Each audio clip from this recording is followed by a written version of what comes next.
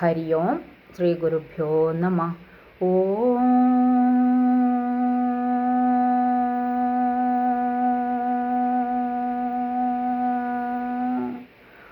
ഓം ശ്രീ മഹാത്രിപുരസുന്ദര്യേ നമഃ. സദാശിവസമാരംഭാം ശങ്കരാചാര്യമധ്യമാം അസ്മദാചാര്യപര്യന്താം വന്ദേ ഗുരുപരമ്പരാ. സൗന്ദര്യലഹരി മംഗളാചരണം ചൊല്ലാം. സൗന്ദര്യലഹരി കർത്രേ സർവമംഗളദായിനേ ശങ്കരാചാര്യവർയായ യതിരാജായതേ നമഃ. എല്ലാവർക്കും ഭഗവതിയുടെ കാരുണ്യം ഉണ്ടാവട്ടെ എന്ന് പ്രാർത്ഥിച്ചുകൊണ്ട് 19ാമത്തെ ശ്ലോകം ചൊല്ലാം. മുഖം ബിന്ദും കൃത്വാ കുജയുഗമദസ്തസ്യ തദധോ ഹരാർദ്ധം ധ്യായേദ്യോ ഹരമഹിഷിതേ മന്മഥകലാം സസദ്യ സംക്ഷോഭം നയതി വനിതായിത്യതിലഘു ത്രിലോകീമപ്യാശോ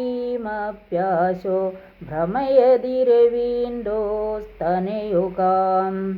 പദച്ഛേദം ചെയ്യാം.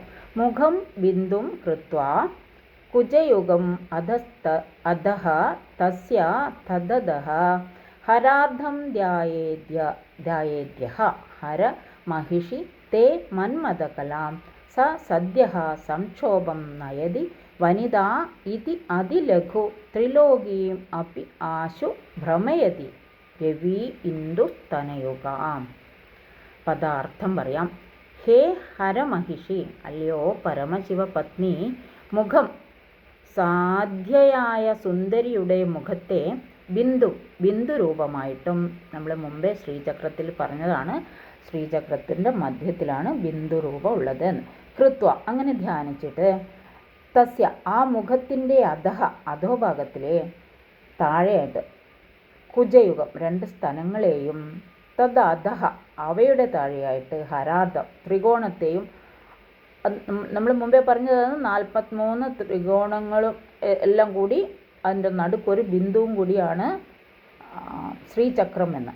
ഹരാർദ്ധം ത്രികോണത്തെയും കൃത്വ ധ്യാനിച്ചിട്ട് തത്ര ആ ത്രികോണത്തിങ്കൽ തേ അങ്ങയുടെ നിന്തിരുവടിയുടെ മന്മഥകലാം കാമകലാബീജത്തെയും യഹ ആര് യാതൊരു സാധകൻ ധ്യാനിക്കുന്നുവോ സഹ ആ സാധകൻ സദ്യ പറഞ്ഞാൽ പെട്ടെന്ന് വേഗത്തിൽ വനിതാഹ സുന്ദരികളെ സംക്ഷോഭം ചെയ്യും, മനോവികാരത്തെ നയതി ഇതിയത് പ്രാപിക്കുന്നു എന്നത് യാതൊന്ന് തത് ആ കാര്യം അതിലഘു വളരെ നിസ്സാരമാകുന്നു.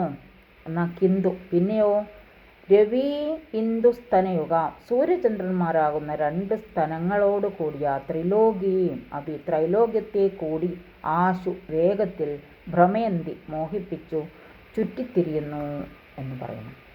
ഇവിടെ ലോകം മുഴുവൻ ആകർഷണത്താൽ ഒരു മാദക പ്രയോഗ മന്ത്രം എന്നും ഇതിന് ആചാര്യന്മാർ പറഞ്ഞു തന്നിട്ടുണ്ട്.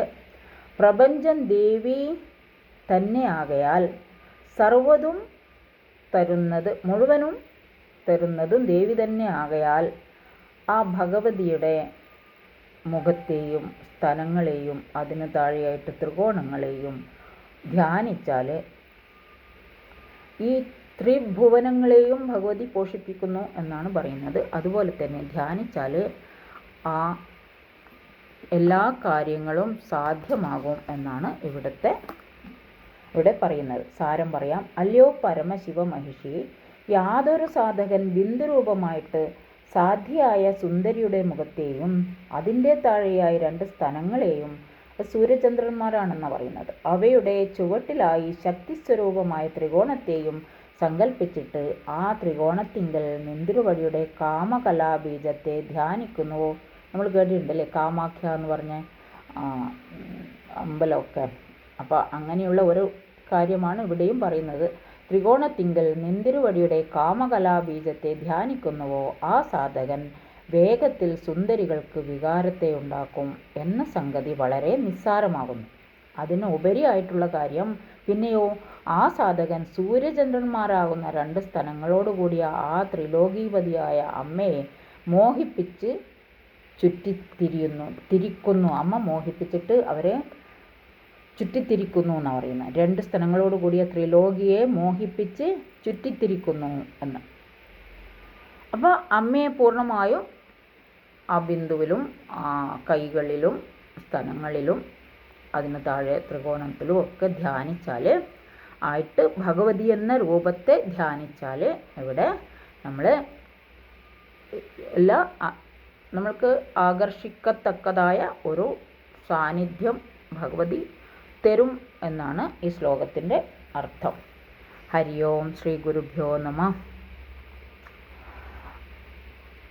ഓം തത്സത്. ഹരി ഓം. ഓം കായേന വാചാ മനസേന്ദ്രിയർവ്യാം ബുദ്ധ്യാത്മനാ വാം പ്രകൃതേൻ സ്വഭാവാൻ കരോമി അദ്യ സകലം പരസ്മൈ നാരായണായേതി സമർപ്പയാമി.